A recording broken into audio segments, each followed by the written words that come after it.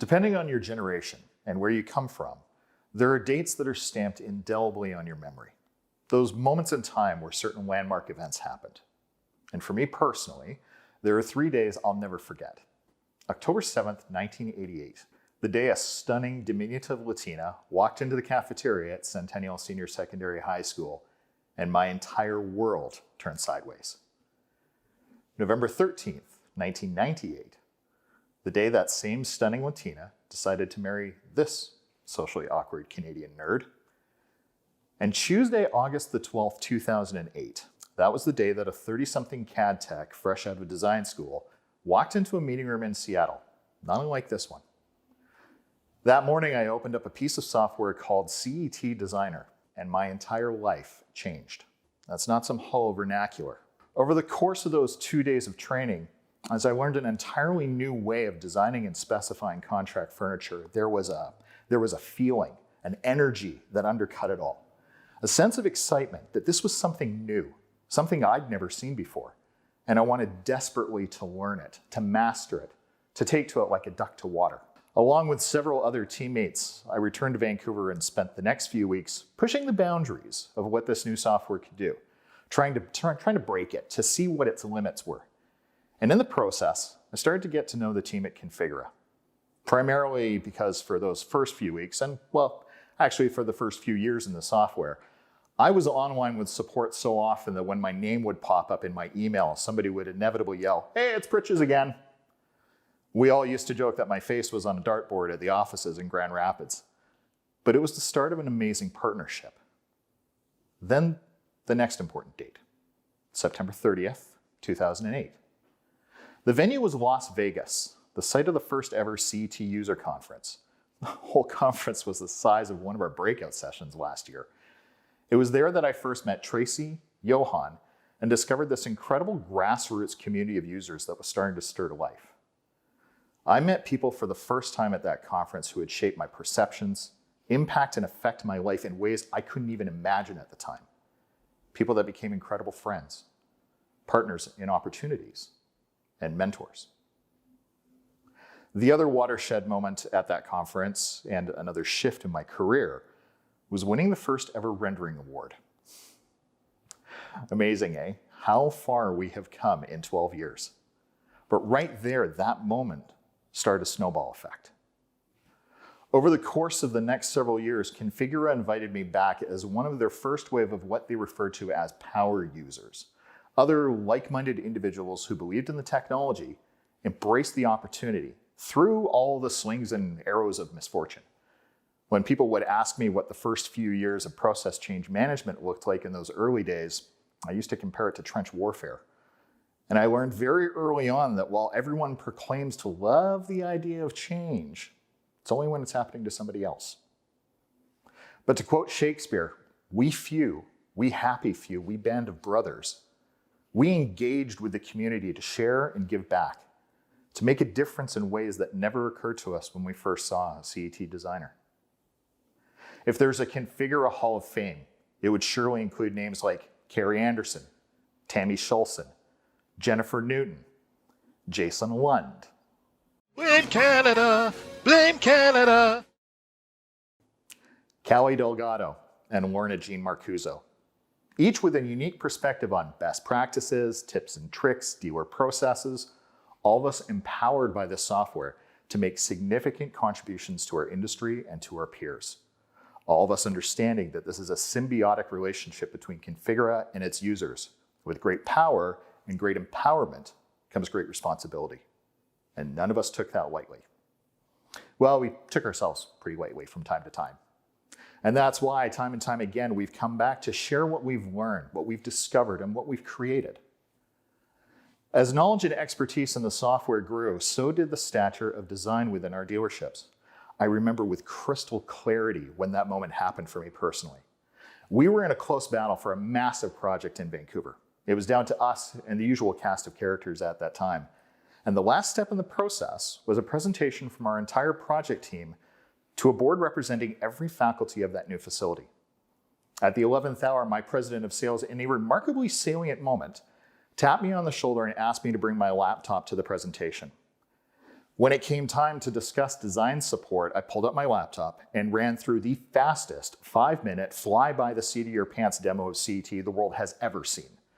This was the first time we had attempted to use CET as a differentiator and as a tool of engagement in this way, in this manner, and I was winging it. And then came that moment. I can hear her voice, her exact words clearly in my head right now, 9 years later. We knew we had it in the bag when the lead on the municipal team looked at me and said, "Why aren't any of your competitors using this?" Well, the fact of the matter was our biggest competitor was on CET as well, but they never leveraged their technology or their designers as a differentiator. Months later, when the project was awarded to our dealership and I had the opportunity to get to know the people who were on that panel, they confirmed that our embrace of technology and our ability to clearly demonstrate the value we brought to the project execution and design processes was a major consideration in the award of the project. Design began to come out from behind the curtain, to be seen as a critical and integral part of the dealer ecosystem. Perspective on our valued dealerships and the sales cycle moved from, "Hey, CAD guy, go get the installation plans ready," to the use of live design, virtual engagement, and the emergence of the dealer-designer sales hybrid. In all of these instances, we can draw a direct line in our industry back to the beginning. Together with a number of power users and peers, we set up communities of practice for dealer designers at the manufacturing level, creating structure and best practices, sharing our knowledge, making a difference in the lives and careers of not only other designers, but others within the contract furniture industry. Along the way, we as designers, we won business. We dazzled clients. We implemented significant and impactful change in our industry. We raised the profile of design. And because as an old former musician, I can't resist the comparison, along the way, just like a lot of well-known bands, some of us started to follow our own path, to go solo and change directions. Another day I'll never forget, June 4th, 2018, the day I transitioned from life as a design director to dealership and moved to corporate manufacturer to begin the next stage of my career. And again, that move came as a direct result of my work with Johan, Joran, and the connections that I've made through the Configura community. Over the course of the last couple of years, I've had the opportunity to come full circle. Friends, peers, former Configurans, and old teammates, and to help support the next generation of power users.